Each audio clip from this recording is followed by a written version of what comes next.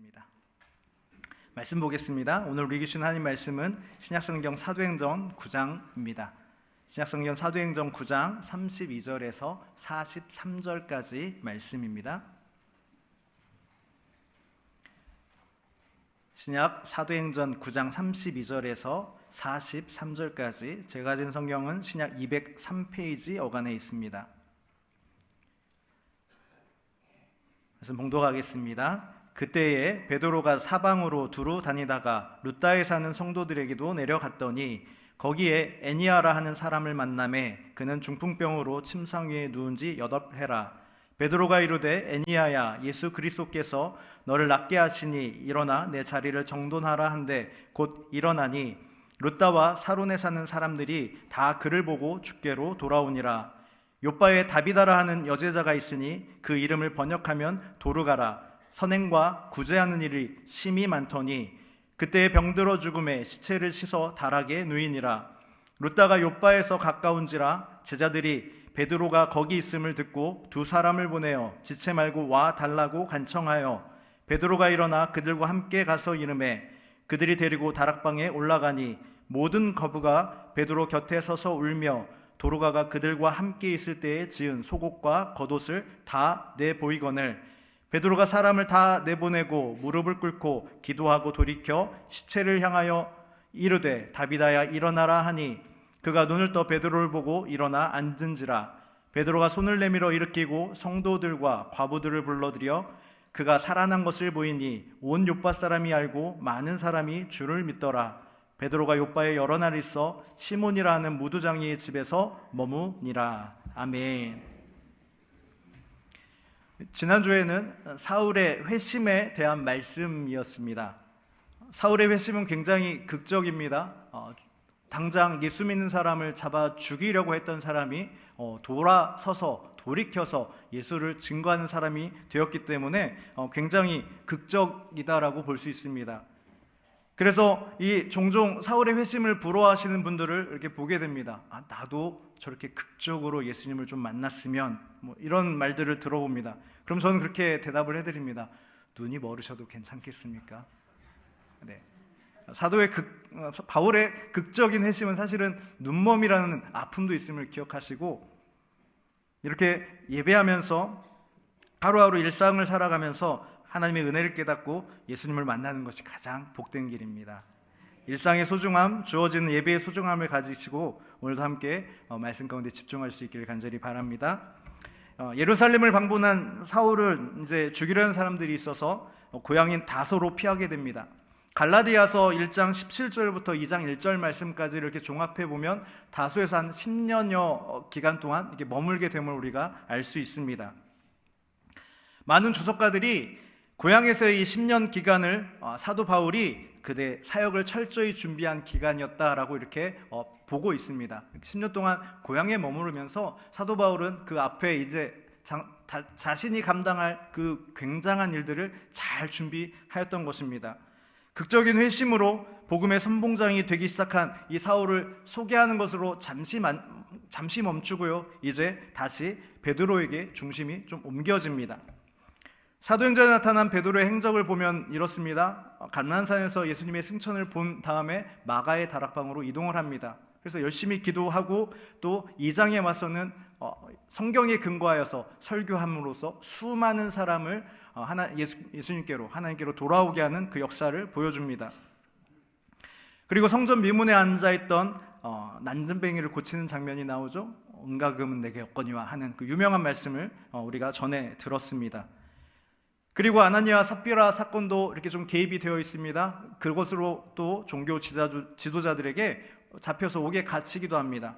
6장, 7장에서는 베드로의 사역이 전혀 나타나 있지 않습니다. 8장에서는 잠깐 또 빌립이 사마리아에서 놀라운 일을 행하였을 때 예루살렘에서 베드로와 요한을 이렇게 보내는 장면에 잠깐 또 그 이름이 등장합니다. 그리고 이제 오늘 본문에 이르게 된 것입니다. 다소로 가서 10년을 머물게 된 이 사울이 본격적으로 활동하기 전에 베드로의 사역을 보여줌으로써 누가는 이런 말씀을 우리에게 전해주고 있는 것입니다. 하나님의 일은, 하나님의 사역은 멈추지 않는다라는 사실을 우리에게 보여주고 있습니다. 하나님의 일은 결코 중단되거나 사라지지 않습니다. 누군가에 의해서는 반드시 그 일이 진행될 것이고 또 그 일들을 통하여서 하나님의 나라는 반드시 확장되어져 갈 것입니다. 지금도 동일하겠지요. 지금도 동일하게 나뿐만이 아니라 누군가를 통하여서 하나님은 일을 이루어가고 계십니다. 그리고 이루실 것입니다. 그러면 이렇게 생각하시겠습니까? 나 아니어도 되니까. 나는 좀 빠지지 뭐. 혹시 이렇게 생각되신다면 하나님을 잘못 알고 계신 것이죠. 하나님을 잘못 믿고 계신 것 같습니다. 왜냐하면 우리가 믿는 하나님은 창조주이시며 전능하신 분이십니다. 믿으십니까? 인생의 주관자이십니다. 만왕의 왕이시며 이 세상의 역사를 주관하시는 분이십니다. 믿으십니까? 정말 믿으십니까? 근데 이 하나님의 일을 하는데 내가 빠지겠다고요? 잘못 생각하여도 한참 잘못 생각하는 생각이죠. 오히려 하나님의 일에 하나님 제발 나 좀 동참시켜 주세요. 하나님 제발 저도 그 일을 감당하고 싶습니다 라고 고백하는 것이 하나님에 대한 올바른 고백인 줄 믿습니다. 왜냐하면 그 하나님 우리는 앞서서 고백한 그 하나님으로 고백하는 사람들이기 때문에 그렇습니다. 또한 이미 사역에 동참하고 계신다면 그저 감사한 일이 되겠지요. 하나님, 나 같은 자도 써주시는 하나님 감사합니다. 그 창조주이시며 그 전능자이시며 만왕의 왕이시며 이 세상을 주관하시는 그 하나님이 나 같은 사람도 써주신다니 너무나 감사합니다 하며 그 사역을 감당해 나가야 할 것입니다. 아마도 베드로는 사도로서 예루살렘 외 지역을 이렇게 두루 순방하면서 이렇게 신앙을 권면하고 다녔던 것 같습니다. 본문은 룻다와 욥바에서 행한 이적을 말씀하고 있지요. 먼저 32절에 보면 그때 베드로가 사방으로 두루 다니다가 룻다에 사는 성도들에게도 내려갔다라고 말씀하고 있습니다. 룻다는 욥바로 가는 그 도중길에 있고 예루살렘에서 한 하루길 정도 되는 거리에 있는 곳이 룻다입니다. 여기에서는 말씀해 보았듯이 8년 된 중풍병자 애니아라는 사람이 있었습니다. 중풍은 다양한 유형의 마비를 말하는 것이라고 합니다. 오늘날은 뇌졸중이라고 이렇게 알려져 있습니다. 서양의학에서는 중풍과 뇌졸중을 좀 구별한다고는 하는데요. 지금도 여전히 뇌졸중은 목숨을 잃게 되거나 또는 전신 마비가 오거나 일부 마비가 되는 무서운 질병으로 알려져 있습니다. 그 시대에 이 질병을 무려 8년간 앓고 있다라고 이렇게 상세하게 말씀을 서술하고 있는 것은 누가가 의사의 힘으로 보았을 때 이것은 인간의 힘으로는 치유하거나 회복되기 불가능한 상태다라는 것을 우리에게 알려주기 위한 정보일 것입니다. 8년 동안 중풍병으로 알아누웠던 사람이 인간의 어떤 것으로 또는 인간의 어떤 의술행위로 일어날 수는 없습니다라는 것을 미리 얘기하고 있는 것이죠. 그런데 베드로가 그 애니아를 찾아가서 말씀하죠. 34절에 보면 베드로가 이르되 애니아야 예수 그리스도께서 너를 낫게 하시니 일어나 내 자리를 정돈하라 한데 곧 일어나니. 아멘. 특별히 안수나 우리가 알고 있는 안차를 한 것도 아닙니다. 믿습니다라고 기도한 것도 아닙니다. 그저 예수 그리스도의 이름으로만 했습니다. 그러자 곧 일어난다라고 말씀하고 있죠. 예수 그리스도의 이름으로만 이야기하였을 때 그 병자는 회복되었습니다. 일어나다라고 하는 것은 즉시로 그 팔다리에 또 그 뼈마디가 힘을 얻었다라는 뜻입니다. 점차적으로가 아니고요. 차츰차츰이 아니고 일어나라라는 말씀과 동시에 그 온몸이 힘을 얻어서 일어났다라는 의미가 일어나니라는 말씀 가운데 담겨져 있는 의미입니다. 이 말씀 가운데 우리가 꼭 기억해야 하는 것은 이 베드로의 이적 가운데 어떠한 반대 급부도 없었다는 사실을 기억하셔야 합니다. 그저 은혜의 순리대로 진행된 것이죠. 애니아가 어떤 것을 요구하지 않았습니다. 마찬가지로 베드로도 어떤 것도 요구하지 않았습니다. 하나님께서 감동하시니 아마 베드로가 말하였을 것입니다. 그리고 그 말대로 애니아는 나았던 것입니다. 혹시 삶을 살아가시면서 어디에서나 또는 누구라도 내가 기도해주면 해결될 거야. 그러니 뭘 가져와라. 이러거든. 그런 사람은 손절하셔야 합니다. 전혀 성경적이지 않은 모습이기 때문에 그렇습니다. 여러분, 기브앤테이크라고 하죠. 주고받는 것. 이것은 성경적인 개념이 아닙니다. 이것은 철저하게 우상의 개념이죠. 주고받는다는 개념은 우상의 개념입니다. 뭘 가져오라고 하고 또 뭘 가져다 바쳐야만 하고, 하나님의 이름으로 그러한 짓을 한다면 하나님을 우상과 같은 존재로 전락시키는 그런 큰 죄악을 범하는 것입니다. 하나님은 처음부터 끝까지 은혜인 줄 믿습니다. 하나님은 은혜 말고는 없습니다. 혹시 내 믿음을 드리고 은혜를 받는다 이렇게 생각하시면 큰 착각이십니다. 왜냐하면 믿음은 누가 주시는 것이죠? 믿음도 하나님이 주시는 것입니다. 그러니 하나님, 내가 나의 믿음을 드립니다, 은혜해 주시옵소서, 이거는 잘못된 생각입니다. 믿음이 필요하다, 믿음 없이는 하나님을 기쁘시게 못한다, 이런 말 때문에 착각해서는 안 됩니다. 믿음조차도 우리에게 주신 선물임을 꼭 기억하시기 바랍니다. 우리 신앙 안에서 무엇인가 반대급부인 것처럼 보이는 것들이 있다면 아마도 그것은 주신 은혜를 깨닫고 그 은혜에 감격하여서 감사가 되어서 자발적으로 한 것일 것입니다. 그러한 것이면 모르겠지만 뭔가를 요구하거나 뭔가를 대가를 바라는 그 어떤 행위도 우리 신앙 안에서는 있지 않는 것입니다. 그러니 다시 강조드리지만 어디에서건 누구라도 기도의 대가나 어떤 신앙의 대가로 뭔가를 요구한다면 하나님의 이름을 망령되게 하는 자야 하고, 이 사기꾼아 하고 발걸음을 돌리시기 바랍니다. 두 번째 이적은 욥바에서 일어납니다. 욥바는 약 예루살렘에서는 60km 정도 떨어져 있었고요. 그리고 루다에서는 17km 정도 떨어져 있는 그러한 지역이라고 합니다. 이곳에서는 죽은 다비다를 살리게 됩니다. 다비다에 대해서는 36절 말씀에 소개되고 있죠. 욥바에 다비다라는 여제자가 있으니 그 이름을 번역하면 도르가라, 선행과 구제한 일이 심히 많더니 라고 이렇게 소개하고 있습니다. 먼저 여제자라고 되어 있죠.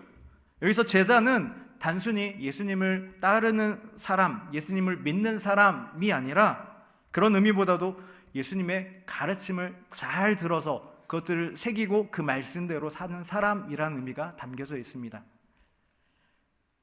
그 예수님의 말씀을 잘 들었던 사람이고 그것을 잘 기억하였던 사람이고 그 말씀대로 살았던 사람, 그래서 여제자다라는 이런 명칭이 붙어져 있는 것입니다. 또 도르가라 하는 이름도 소개되어 있죠. 다비다는 히브리어로 사슴이라는 뜻입니다. 그리고 도르가는 헬라어이고 노루라는 뜻입니다.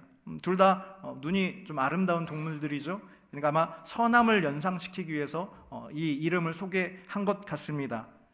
누가가 이렇게 이름을 상세히 밝힌 것은 다비다의 말씀드린 대로 다비다의 선한 성품을 유추할 수 있도록 한 것이고, 또 하나 생각해 볼 수 있는 것은 다비다는 히브리어를 쓰는 사람들이 불렀을 이름일 것입니다.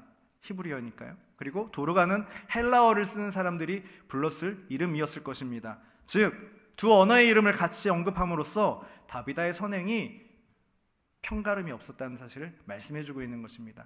다비다는 누구나 다 도움이 필요한 자에게는 도움을 베풀었던 사람입니다. 앞서 구제의 문제가 있었던 것과는 대조가 되고 있죠. 앞서서는 헬라파, 유대파, 히브리파 이런 구제의 문제에 있어서 좀 분란이 있었습니다. 아마 누가가 이 사실을 이야기함으로써 이제 하나님 안에서 초대교회가 점점 더 믿음으로 성숙해져 가고 있는 모습을 보여주고 있는 것이죠. 이제는 그런 것 따지지 않고 우리 믿음의 사람들이 예수 그리스도를 믿고 그 말씀을 쫓는 사람들은 정말 하나님 말씀대로 잘 선행과 구제를 베풀면서 차별하지 않고 구별하지 않고 그렇게 공동체 안에서 삶을 살아내고 있다라는 사실을 잘 보여주고 있는 것입니다.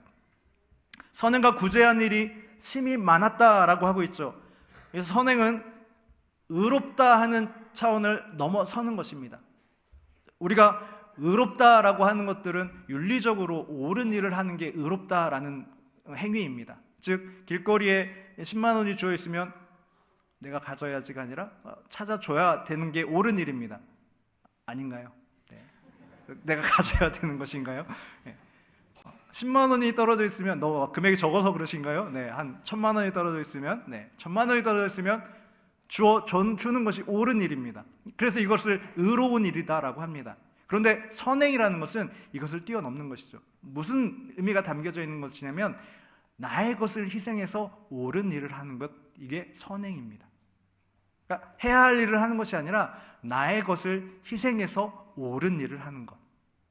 그러니 선행했다라고 하는 것은 자기 주머니를 털었다는 이야기입니다.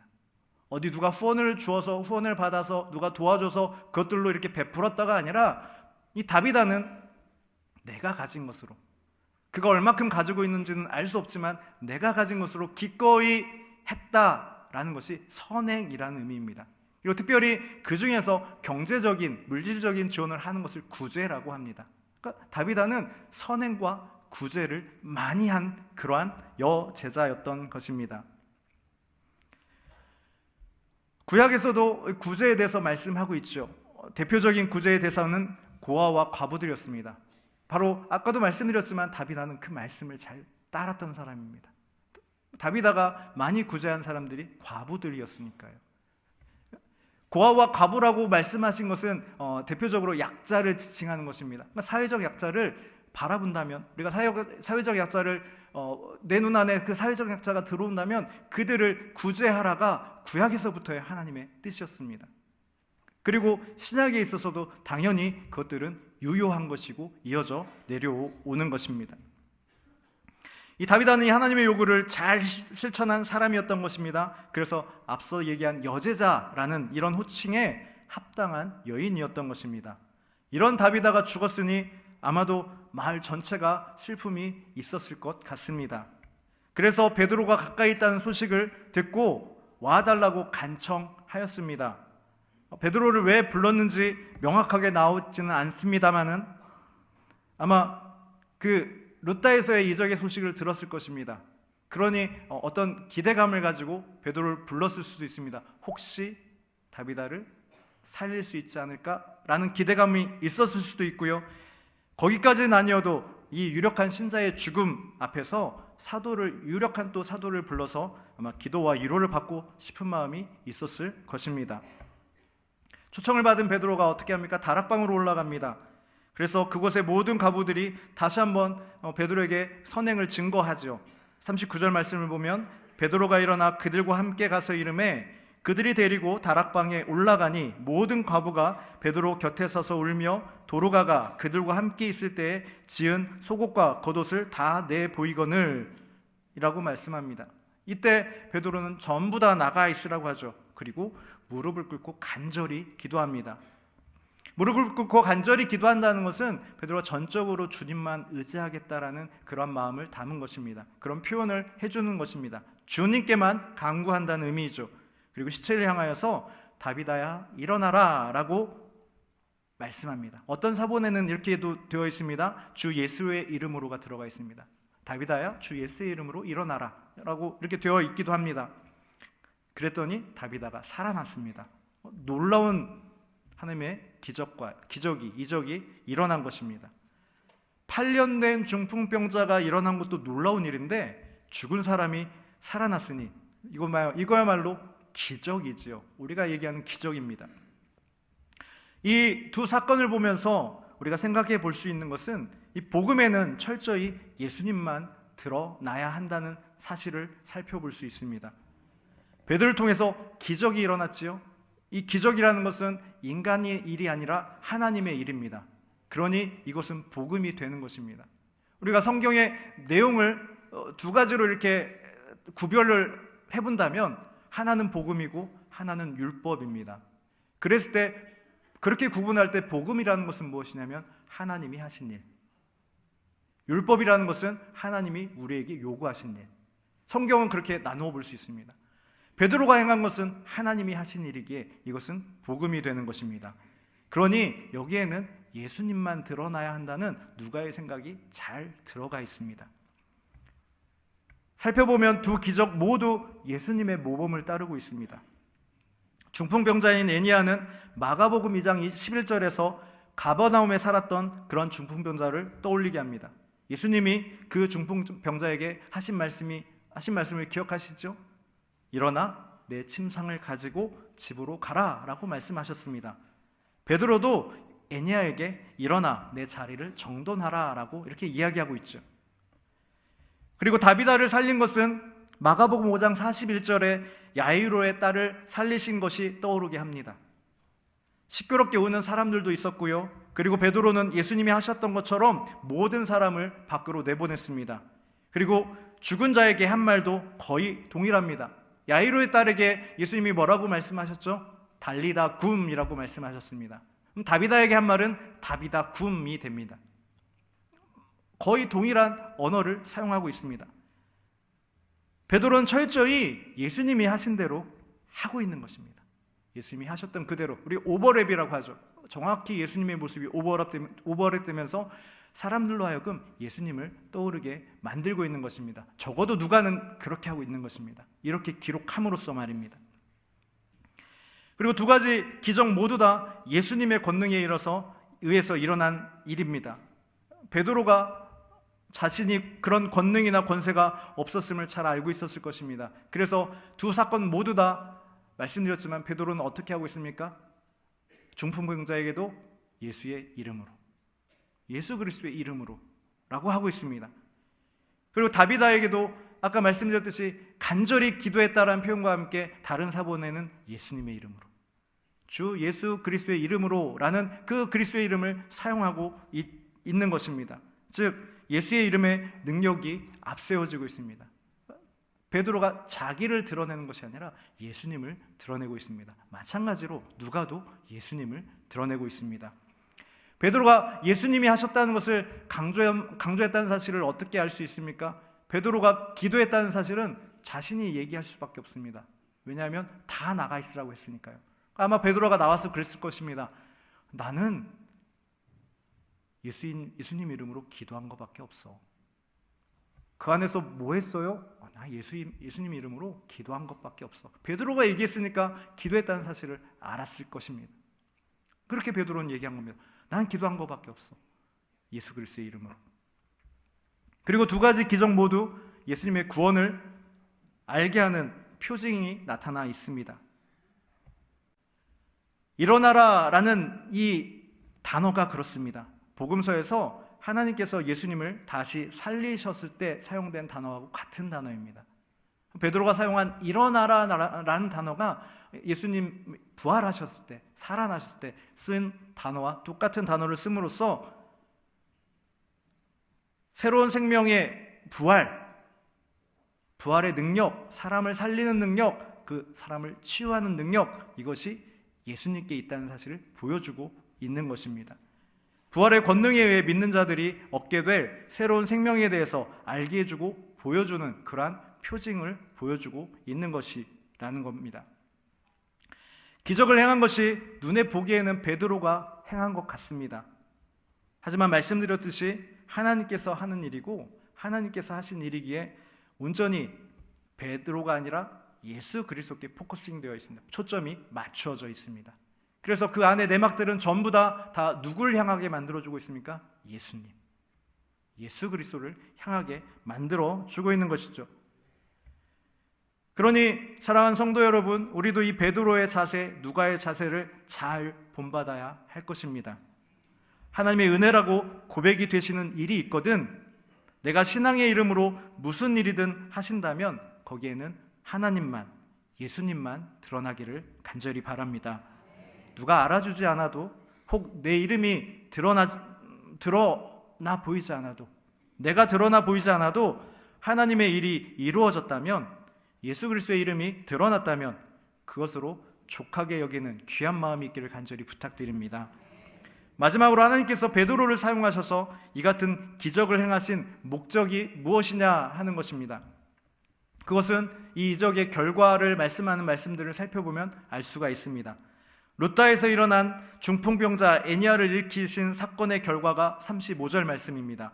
35절 말씀 한번 같이 읽어보겠습니다. 시작. 루다와 사론에 사는 사람들이 다 그를 보고 주께로 돌아오니라. 아멘. 또한 다비다가 일어난 사건의 결과는 42절 말씀입니다. 42절 말씀도 함께 읽어보겠습니다. 온 요파 사람이 알고 많은 사람이 주를 믿더라. 아멘. 아시겠죠? 하나님의 목적은 하나입니다. 복음의 전파입니다. 하나님의 나라의 확장입니다.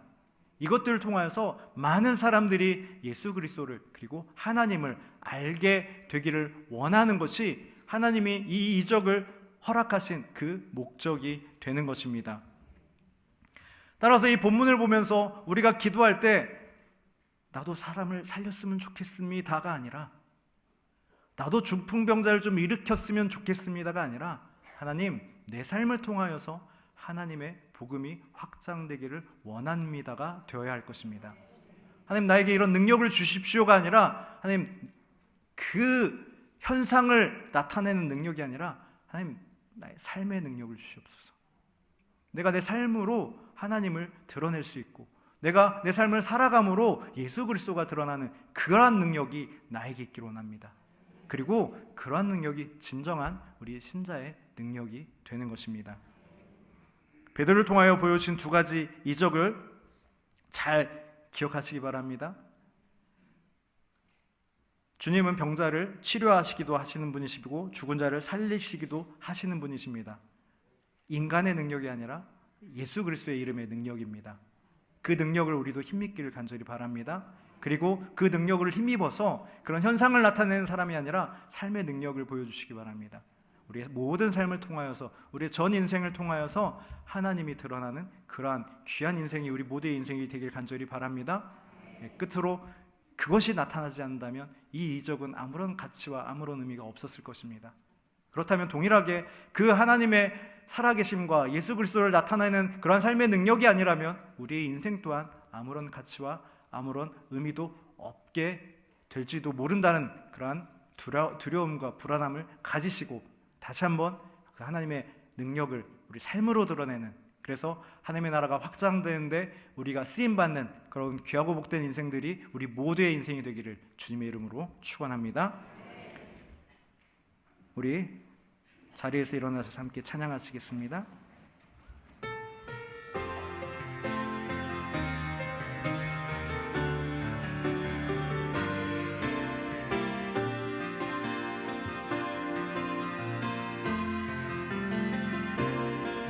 수많은 불이 줄지어 그 눈을 보기 위해 따르네. 평범한 목수이신 그분 앞에 모든 무릎이 꿇어 경배하네.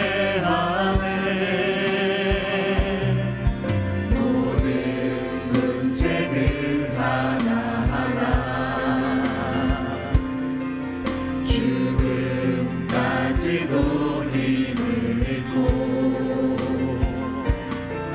생명의 근원 되신 예수 이름 앞에 모든 권세들 굴복하네.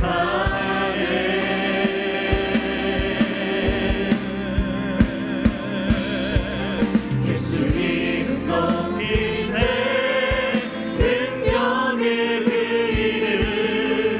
예수 이름 높이세. 구원의 그 이름 예수